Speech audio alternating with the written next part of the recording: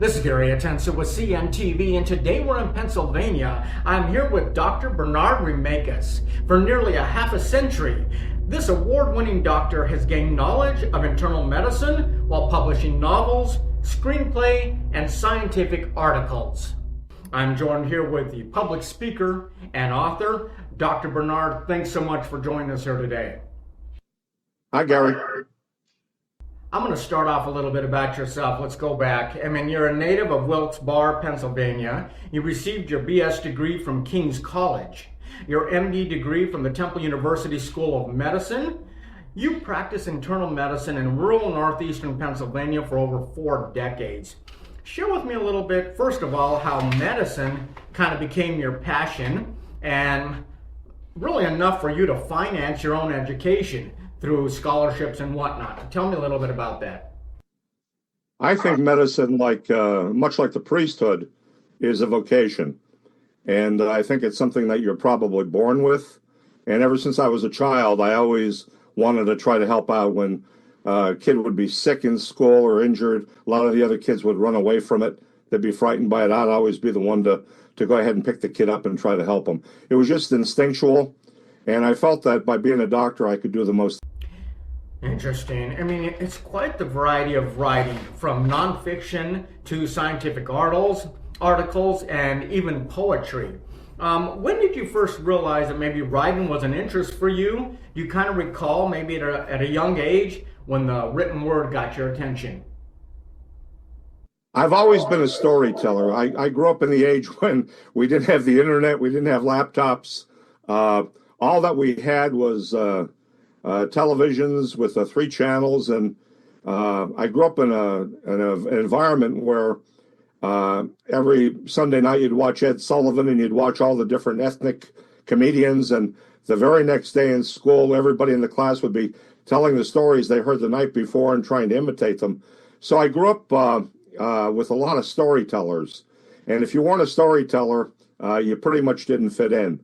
And with time, I just began to develop the ability to put my stories into words and craft them in such a way that they were unique and it wasn't the same thing you were reading everywhere else. So I became proud of it, and at that sense of pride, I continued to further my interest in writing. It's amazing how much creativity can come out of a child that only has 3 channels to deal with. I had 12 channels myself, and I can tell you we found things to do. Do you feel many of us maybe have the call to write, but never answer that call? I mean, with so many writings you have, would you say it flows from within you pretty naturally? It definitely does. When I see something that I want to write about, I always recall something that somebody told me when I asked them, what can you say to people? And the answer was, you could say anything you want as long as you're right. So I was always encouraged at an early age and throughout all my education to voice my opinion, but to do it in such a way that it was artistic and that it was professional and that it was worthy of being heard by people. So I think that everybody certainly has the capacity to write.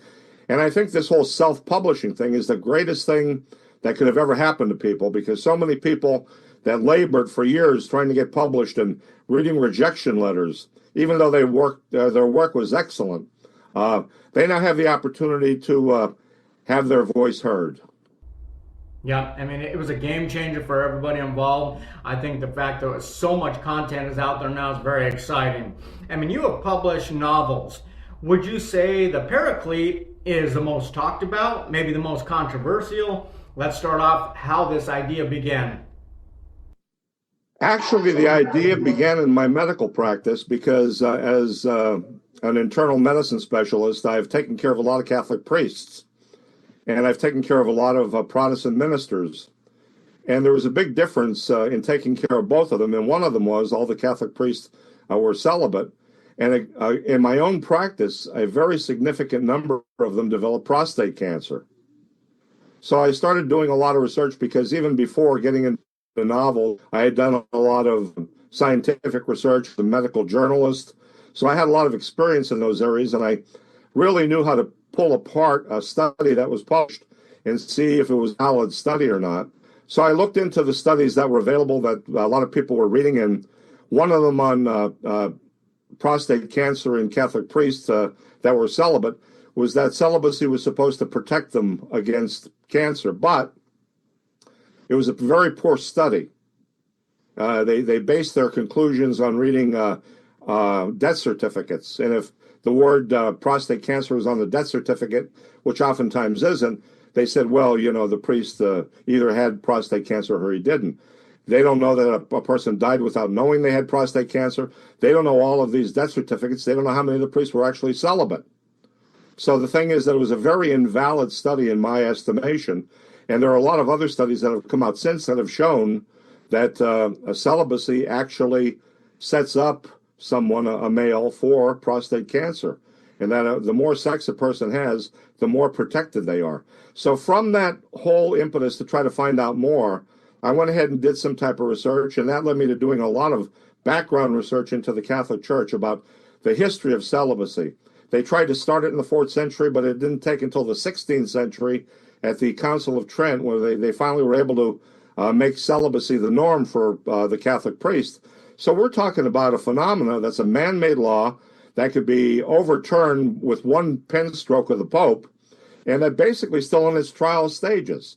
We went for 16 centuries where the Catholic Church grew geometrically, and all the priests were married and they had children. And you look at the great schism of 1054 when the Roman Catholic Church broke off from the Eastern Orthodox churches.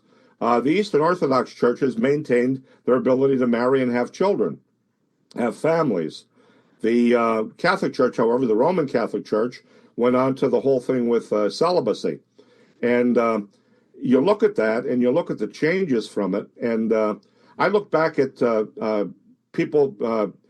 priests from the Eastern Orthodox faith that I've met, and also Protestant ministers that I've taken care of.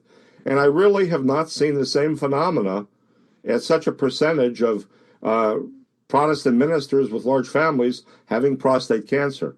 So not only the thing with the celibacy, but I also got into the whole thing about the cover-ups that the Catholic Church has had and all of the problems that the church has right now, and the way that the Catholic Church is losing membership. The greatest membership in the United States, the greatest religious denomination is Roman Catholicism. The number 2 is Roman Catholics who no longer practice their religion. So there are a lot of people that have been pushed away from the church for a lot of different reasons, not the least of which has been pedophilia, which the Catholic Church has really covered up quite a bit. And it's not the only thing. Back in 2005, Pope Benedict XVI went ahead and actually shut down a convent in France where the young nuns that were coming in there were turned into prostitutes. And it was basically a brothel for Catholic priests. And that went on for a long time until Pope Benedict said that's the end of this. So the church has a lot of explanation to do. A lot of people have turned away from the church because of pedophilia. And researching pedophilia, I was fascinated by reading about the Congregation of the Servants of the Paraclete. It was an organization that was founded in Jemez, New Mexico, in 1947, and the whole idea of it was impaired priests that were like alcoholics or drug addicts. They were sent to this facility, dried out, and given a new lease on life, given a new enthusiasm for their vocation. So when the whole pedophilia thing started to happen and the bishops didn't have anywhere else to transfer priests, they started sending them to the Congregation of the Servants of the Paraclete, who right off the bat tried everything they could, but the methods that worked for alcoholics and for drug addicts didn't work. And they told the bishops that. They said, stop sending it to us. But the bishops had so much political pressure on them, they kept sending them to this congregation who knew that they weren't effective in doing anything for them. So the priest would come down there, go through the motions, go back, be given a new parish, and start all over again as being a pedophile. With time, when these children grew old enough to file a lawsuit, or their families filed lawsuits, not only against the diocese, but because of the fact that they found out that the Congregation of the Servants of the Paraclete were working with these people and they knew that they were unsuccessful, the congregation got sued out of existence. This place that started in New Mexico became so large, it was so successful initially, It had houses, treatment centers in North America, South America, Asia, Europe, Africa. And after all these lawsuits, it was totally sued out of existence. And today they have one house in Missouri and one house in England, and that's it. So one of the characters in the book was a member of that congregation. And when the hero of the book, the Belgian theologian, Father Paul Thielman, comes and complains that he didn't recognize a pedophilic relationship that led to the suicide of a young altar boy, he's very distraught, and he's counseled in all the ways of being a pedophile and how the church is very ineffective. And so he gets a better understanding of pedophilia. But at the same time, while he's meeting this priest, he's in Hawaii, and he discovers accidentally a seed that grows on a vine, wild, and it's known as the rosary pea. And it's the scientific name is Abris precatorius.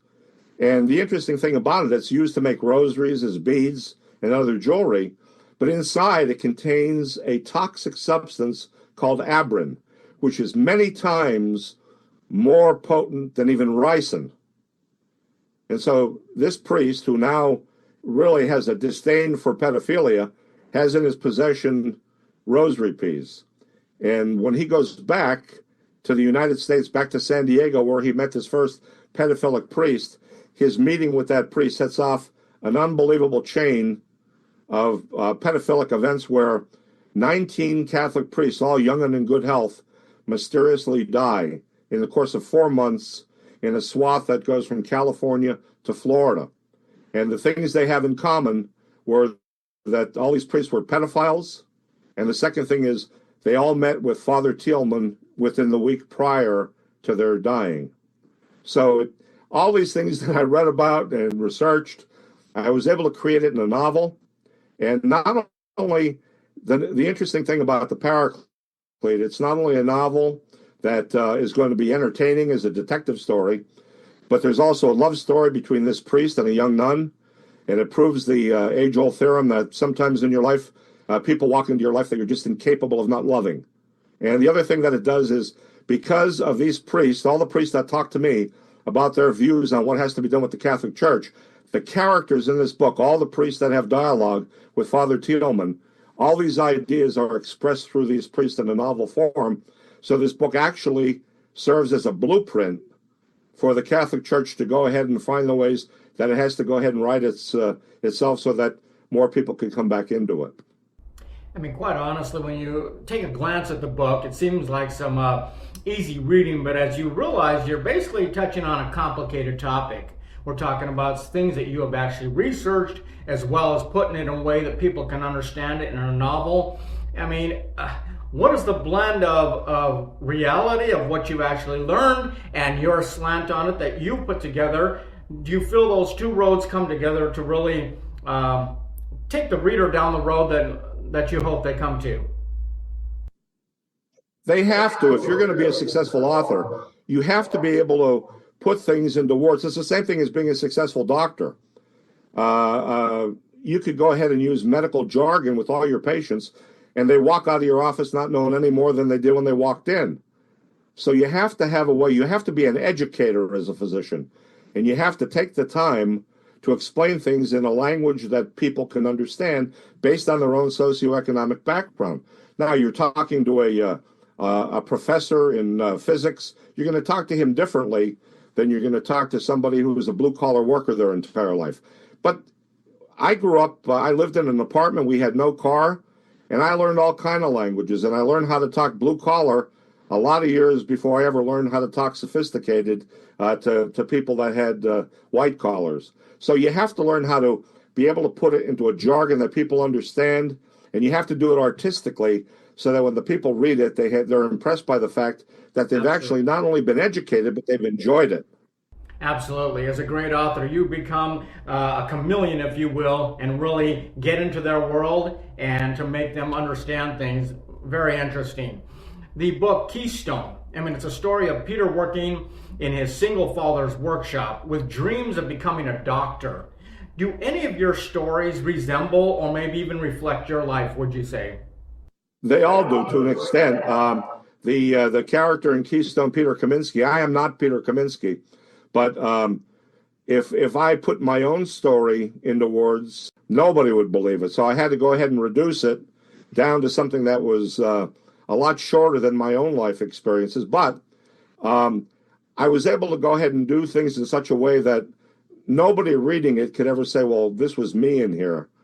I created the body of one patient with the story of another in a different type of specialty.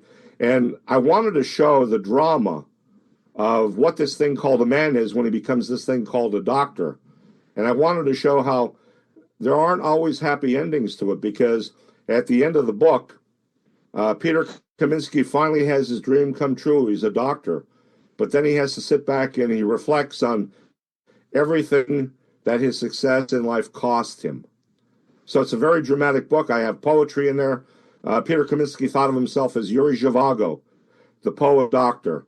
And poetry that I had written through college, I used at different places to help describe different things within the book. So it's a very artistic book. It's a very enjoyable book from the things that people don't know about medical education. And it's a very dramatic book. The ending is going to knock you on your rear end. Based on what it took you to basically get in and get your education, definitely no privilege that you experienced, I would say, without a doubt. This is something that you really fought for and you believed in. The Lame Duck, Mia, Cassidy Solution. I mean, these are three works of nonfiction. Based on the... No, they're all fiction. They're all novels, Gary. Oh, okay. They're all fiction. No, they're all fiction. They're all novels. And if I could just very quickly give you one sentence about each. The Lame Duck brings what practicing medicine in a rural area, which I do, all the behind the scenes that people don't realize about what rural medicine is like. And the doctor, a hapless 30-year-old doctor whose entire life is falling apart, he takes on a new patient, not realizing that she's the United States, she's the most successful malpractice lawyer in the whole United States. They call her the Angel of Death. Every doctor she sues, she makes more than $25 million. So he takes her on as a patient, not knowing what she does for a living. So it combines not only the world of rural medicine, but the whole thing about malpractice. And it exposes a lot of the stuff that I exposed in my first nonfiction book, The Malpractice Epidemic. And Mia is another book that's one of those difficult things to write about, especially today. It has to do with transgender, but not willful transgender. It's a vicarious transgender where a Delta Force member actually is mutilated going in after the world's most sought-after terrorist. And his face is ripped off, his genitalia ripped off, and he's actually taken to a hospital, and everybody thinks he's missing in action, or actually he undergoes a sex transformation for the sole reason to be able to go back, because he's the only one who's ever seen what this terrorist looks like. So he goes back as a beautiful woman, disguised as a nun in a group that's a missionary group helping out in the Middle East. He goes back and goes after the terrorists. So it's a book that shows people what the whole transformation process is really like in transgender, and while not being this type of nonsense where they're taking children and doing unspeakable things to children, trying to convert them sexually, which I'm totally against. So that's very unique. And just the last one you mentioned, Cassidy Solution, that was the first version of The Lame Duck. Wow. And through a lot of things that would take about 5 a year broadcast to go ahead and try to explain how it became that.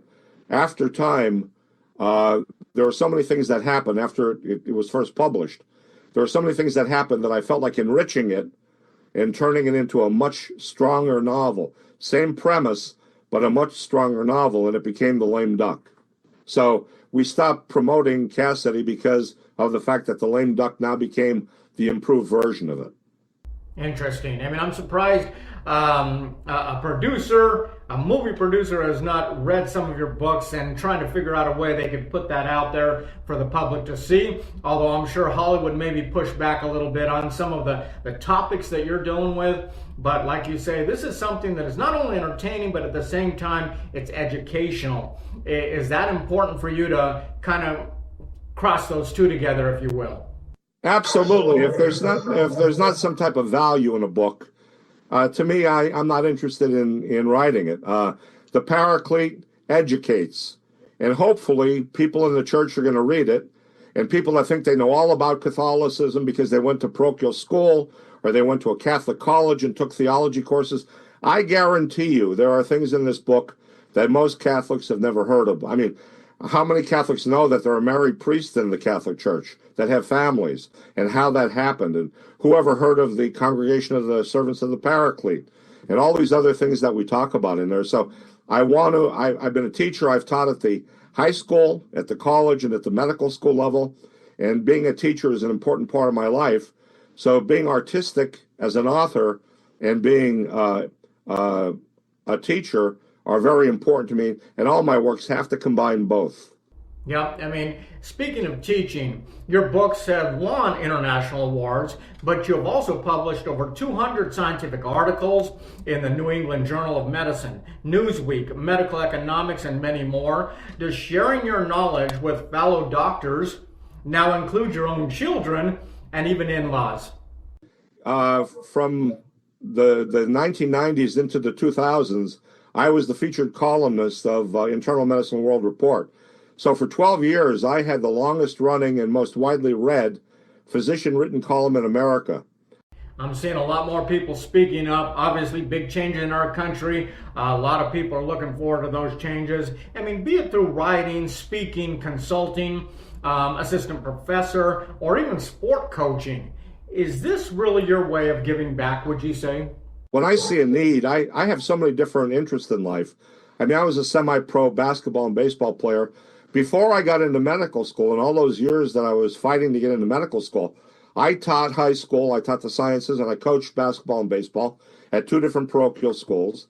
I taught at a college, and I ran a hospital lab. So I've had all these things that I was really interested in.